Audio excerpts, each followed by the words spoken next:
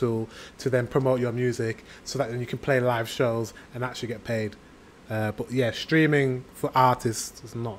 It's not great unless you're the biggest. And of course it's worth it, but the streaming business is not very lucrative, especially for smaller artists. They've been fighting for a fairer pay for many years. Yeah, that's bad.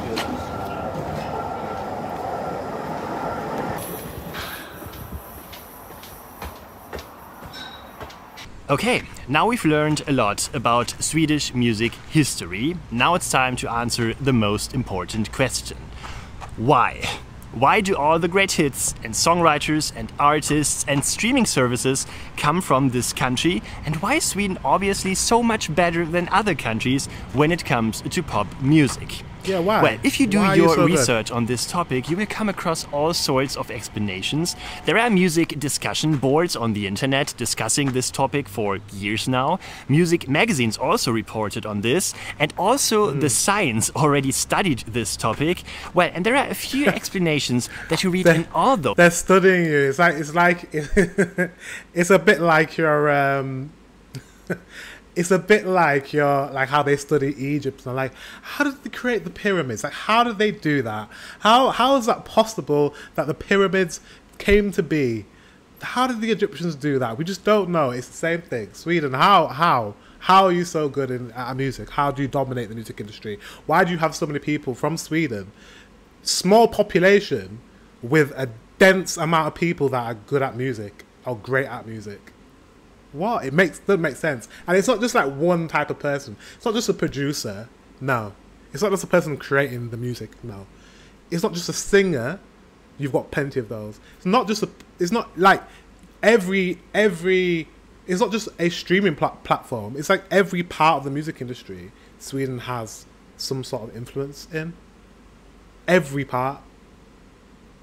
Make it make sense. I don't know. Maybe you're just aliens. All those publications over and over again. Theory number 1. Early music education. In Sweden, people come into contact with music already at a young age. And, well, not by accident. This has actually something to do with politics. There are numerous publicly subsidized music programs in schools in Sweden, and around 30% of Swedish children take part in them.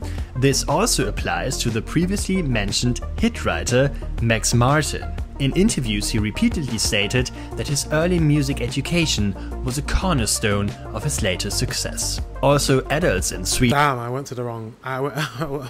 I grew up in the wrong country. I keep saying this because I love music. I create music, or used to create music, and I would have really benefited from having those subsidized extracurricular music kind of lessons. And yeah, Sweden are encouraged through special music programs. The Swedish Arts Council supports around 100 music acts with 1.5 million euros every year. Sums in the high millions also flow to concert halls and regional music groups. And well, maybe this is already one of those things that other countries can learn from Sweden. A study by the University of Münster in Germany says that 3 times as many children and young people attend a music school in Sweden as in my home country, Germany, for example. Right. The course fees and the loan of instruments in the country are also cheaper. So, the early music education obviously plays a pretty big role. But well, there is more. Theory number 2. The Swedes just love music.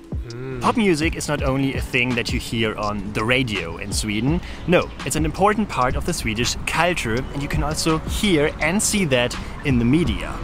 Music shows play a very big role on Swedish television. For example, there is Allsång på Skansen, a sing-along event that has existed since 1935 and is broadcast every year by Swedish television.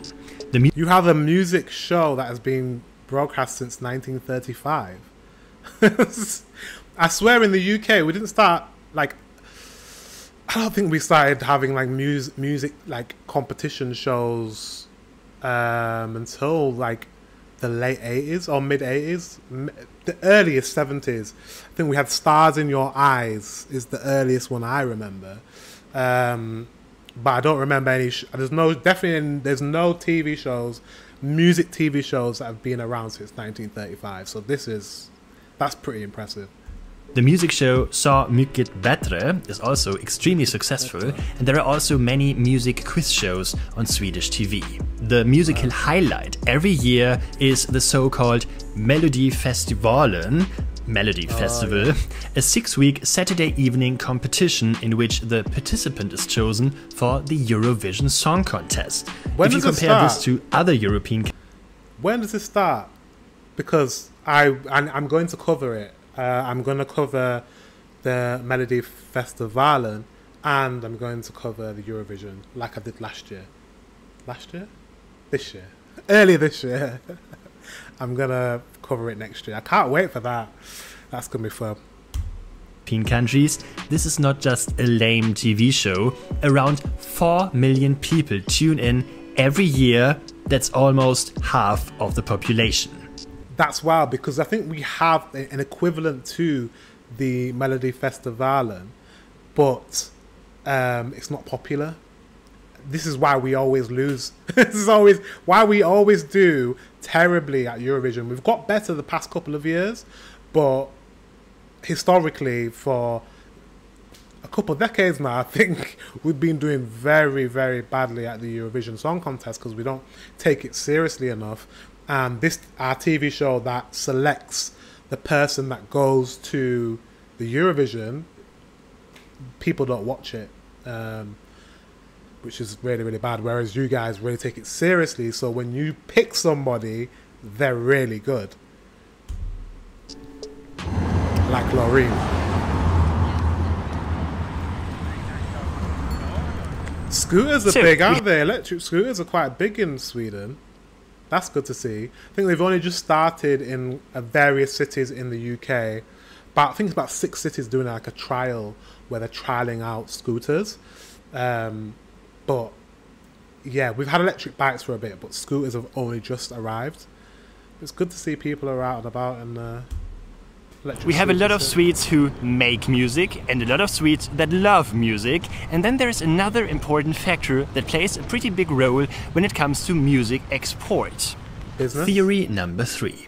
Sweden is international. The Swedish music industry is very focused on the world market and not only on the local market here in Sweden. Why is not entirely clear, but an explanation could be that it's just more lucrative. With just 10 million inhabitants, the country is one of the smaller countries in Europe. If you produce music in France or Germany, for example, you don't really need an international market. There are enough people who could buy or stream your music. Yeah. It's not exactly like that in Sweden. Yeah, because in the UK we have, what, is it 80 million people? Like 8 times, 7 times, maybe 79 or something like that. So we have almost 8 times the amount of people in our country, and we do have a UK music industry where there are artists that are not known outside of our country that are very successful and it's lucrative for them, because if they're the biggest artist in our country, that's 80 million people streaming your music. Case examples like Robbie Williams. I don't remember Robbie Williams. I mean, he had a little bit of international success, but for the most part, he was the top guy in our country. But around the world, he wasn't really known. And you can do that in England. So I'm guessing in Sweden, it's kind of different. When you've got 10 million, it's not as easy to just be a locally successful artist. Not enough people to kind of reach. So I understand why you guys are like, actually, let's be international. Let's make music for the world. And it's worked really well for you because, wow, you have a lot of internationally recognized artists. Of course, there is a regional music scene here. If you take a look at the country's Spotify charts, you will find a lot of Swedish language hits here. But it's also clear it's more worth it to produce for the international market. The logical consequence in Sweden, either songs are written directly for the rest of the world, or Swedish hits are later rewritten into English. This happened a lot, for example, in 2006.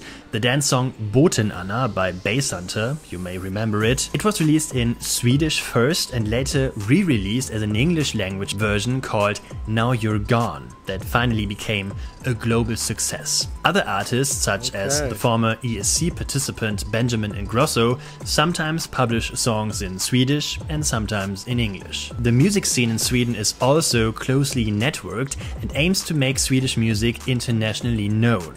A non-profit organization called Export Music Sweden, for example, promotes Swedish artists abroad. Wow. But well, just producing music for the world, of course, is not enough. It also has to be successful, and it seems like the Swedes have an unusual talent for that, maybe also because of their language skills. Theory number 4. The Swedes speak and sing very good English. You do. You do. Like, I've heard, obviously, plenty of English-speaking Swedes now, from reacting to Swedish content, watching Swedish movies and TV shows, and your English is, it's pretty good. Pretty good. To the point of, like, there's hardly some of you have hardly got an accent. So when it comes to singing, you know what I mean? When it comes to performing, you can't hear, like Loreen when she sings, like, I can't hear a Swedish accent. I can't hear ABBA. I can't hear a Swedish accent. There you go. Various surveys, including one by the European Union and the English Proficiency Index, give Sweden the highest level of English proficiency among European countries where English is not a native language. Unlike other European countries, Swedes also do not dub English language TV shows and films, so also children come in contact with the English language already in early years. And of course, if you have a feeling for the English language, it also helps you to write good English songs. Anyway, English is still not the mother language of Swedish people. It's also not my mother language as a German. You can hear that when I speak. I sound different, I make grammatical errors, I phrase sentences differently than a native English speaker might do it. And well, you can actually also hear this phenomenon in big Swedish hits. The lyrics of the song I Want It That Way by the Backstreet Boys, written by Max Martin, for example, make absolutely no sense at all. The story that is told about this pop song is that Max Martin was not a very good English speaker back in the day, so he just wrote the song and they changed the lyrics of the song later so they made more sense. But the Backstreet Boys just didn't like them, so they left the song as it was. Ulf Ekberg, who is a founding member of the band Ace of Base, explains this phenomenon to the newspaper The National like this. For Sweden, melody is number one and always has been. While the Americans, it's the lyrics first, production second, and melody last. God, got a lot in common with Sweden, don't I? When I write songs, or when I used to write songs, I used to write the melody first, and then I used to put the lyrics in after. Got a lot in common with you guys, haven't I? And it makes sense, melody as well, because obviously your language is very melodic. So I think melody, it's just in your DNA. I think in Swede's DNA, melody is just something that's ingrained in you. So this would make a lot of sense. I'm not saying the lyrics are not important, but for us Swedes, for whom English is our second language, we just try to make it understood by a world audience. Because of this focus on lyrics, some of the American songs are complicated and can sometimes be not much fun. While for us, we always try to reach as many people as we can, so we have feel-good melodies and simple lyrics so everyone can have fun. Well, sounds like a good formula for success, right? And well, if we talk about melodies, there is another and one last theory that you read over and over again, not at least from Swedes themselves. Theory number 5. Swedish songs are so melancholic. The country's official PR website, Sweden SE, states that Swedish songs always have a certain melancholy that songs by foreign artists often do not have.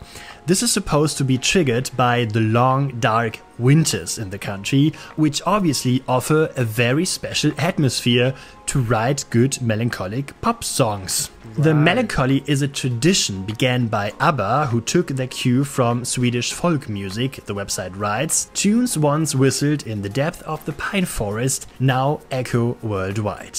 This theory could actually be true. Lorene's ESC hit, Tattoo, is danceable, but it also consists of a striking number of minor chords. In addition, kitschy romantic language images like violins playing and the angels crying, stuff like that. Also, the music that started this Swedish pop phenomenon has a high number of minor chords in it. Look at this song by Ace of Base, for example. Or even look at Look Who's Talkin' by Dr. Alban. It starts with a minor chord, it continues with a minor chord, and that's very typical for all the big Swedish hits. They are fun. And that seems like it's done like not on purpose, it's not calculated, it's just that's the choices you make in your music. And that's the reason why you use that notation is what you use. And the melancholic, I can't even say the word, melancholic vibes. Is that right? Melancholic, yes. Melancholic vibes and melodies is what you put into your music, and it's what you've been taught. It's in your DNA. It's in your culture. That's the word I'm looking for. It's in your culture to write in that way. And maybe he's right about the dark winters and the long nights. And that's the reason why you write in that manner. Fun, they are catchy, they are danceable, but also a bit sad and melancholic at the same time. So, it seems like in Sweden we have a quite special mix of different factors. We have a good connected music scene, we have early music education, we have a quite interesting internationality that other countries might not have in this form, and of course we have a country that just loves music. And well, in the end there's just one more thing I can say, like ABBA did back in the day. Thank you, Sweden. Thank you for the music. Yeah, thank you for the music. This was a very good video. What's his name?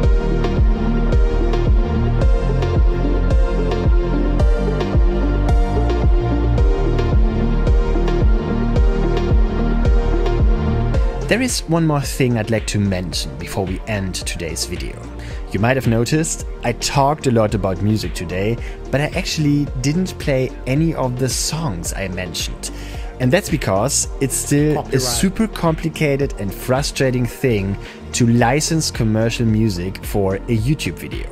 I tried it, I bought licenses for a lot of money, and I still receive copyright claims all the time. So in the end, I just gave up and I produced the video without the music. I get these as well, guys. I get these as well. So when you guys are like maybe asking or suggesting I react to music, actual like songs, the reason why I'm hesitant to do it is because I get a lot of copyright notifications from YouTube saying you can't have this song on your video, because I would love to like listen to and react to more songs. I'm gonna try a couple because sometimes it works and sometimes I'm able to post them. But the reason why I don't post a lot of like music reactions or me reacting to songs or artists is because YouTube, unfortunately, like to stop us doing that. So yeah. Music. Anyway, if you want to listen to all those songs I talked about today, I made a Spotify playlist for you, and you will find it down in the description below. That's pretty cool. That's good of him to do. So, here we are again, back in the hotel. That was my trip to Stockholm, and that was also my story about Sweden's outstanding music history. If you liked this video and if you have learned something, then please leave a thumbs up. You can also hit the subscribe to him. I'm gonna link this video and link his channel in my description. That was such an interesting video about the industry and the music industry in Sweden and the exports, the music exports, especially from Sweden. Guys, you're just very, very musically talented, very, very good at the music business, and I just think it's just something that you dominate in. It's a phenomena that, you know, we can speculate what the reasons are, but it's just in your culture to be really good at music. All aspects of music, whether that be singing, writing, producing, the music management of things, or even streaming services like Spotify. Like, you're just part of the music industry, and or even Pirate Bay, the illegal part of the music industry. Still, you guys just dominate, and this was a really interesting watch. Guys, thank you very much for watching. Until the next one, I will see you very soon.